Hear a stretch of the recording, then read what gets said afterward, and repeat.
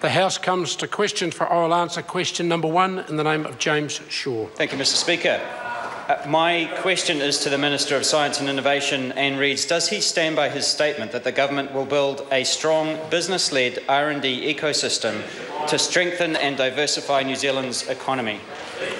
Honourable Stephen Joyce. Mr Speaker, absolutely. That statement was made on the launch of the TIN 100 in October 2014, which noticed a $1 billion increase in annual turnover by the TIN 100 companies over a 5-year period, and a big 9.7% lift in the research and development investment across the TIN 100 over a 1-year period. So it's a very exciting and positive story.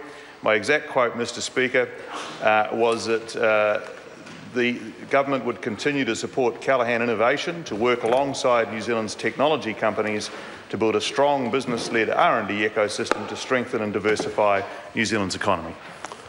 Supplementary question, James Shaw. To the Minister, what percentage has government R&D spending increased under this government? Honourable Stephen Joyce. Mr Speaker, the latest figures we have is that it increased over the period from 2010 to 2012 from 0.5 to 0.58% of GDP, which is a 25% increase in a 2-year. Supplementary question, James Shaw. Thank you, Mr Speaker.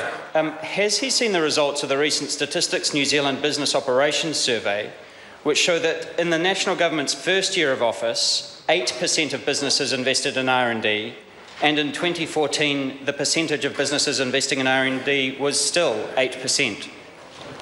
Honourable Stephen Joyce. Well, Mr Speaker, the interesting thing about a business operations survey is it is virtually every business in the New Zealand economy.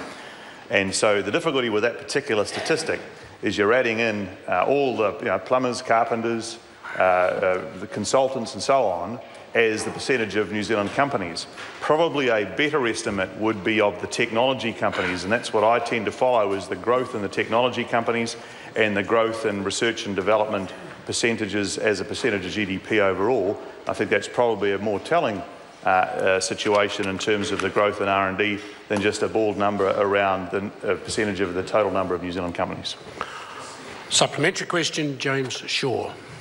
Is the Minister, by only talking about the relatively small number of businesses that he's chosen to receive R&D grants and ignoring the 92% of businesses who don't invest anything in R&D, is he being as tricky with the data as Simon Bridges on a bad day? Well,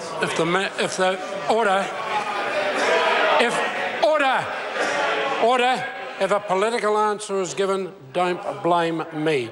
Honourable Stephen Joyce. He's not as nasty as... Well, Mr Speaker, I just think the member is completely wrong.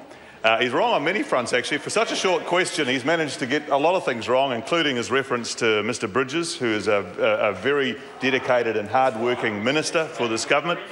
But also he's wrong in terms of suggesting that somehow I pick the people that Callaghan Innovation gives funding to.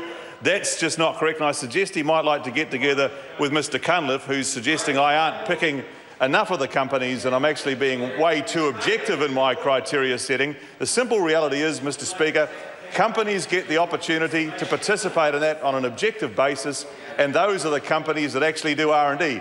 And if the member thinks that I should ask the local hairdresser to do R&D, I don't think that's a good idea. Supplementary question, James Shaw.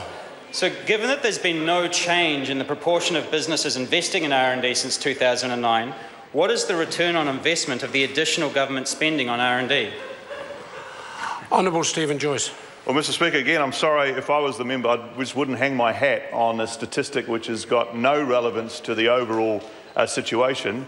You need to focus on the amount of research and development actually being conducted by New Zealand companies, and we'll have updated statistics on that soon. And also focus on some of the independent metrics and measures, including the one which I gave out to the member in the answer to the first question, the TIN 100. He may be cynical about that, but that is actually New Zealand's technology and technology companies, independently measured, nothing to do with the government. And the numbers that they showed was an increase of 9.7% in research and development across those top 100 companies in the year under study.